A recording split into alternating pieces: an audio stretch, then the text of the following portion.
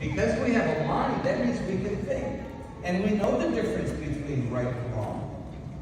We know when we're following directions. We know when we're listening to our teachers. We know when we're being nice and kind. We get the pick.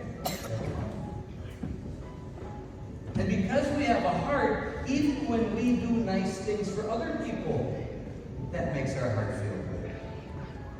But when somebody says something mean about us, it can break your heart. And it hurts. Mean words hurt. When somebody says something mean about us, when you use mean words, you can't take it back.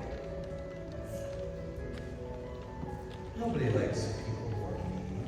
Nobody likes a fool. People like others who are helpful, who are nice. When you're mean to others, nobody wants to be your friend. They say it's very lonely going through life without friends.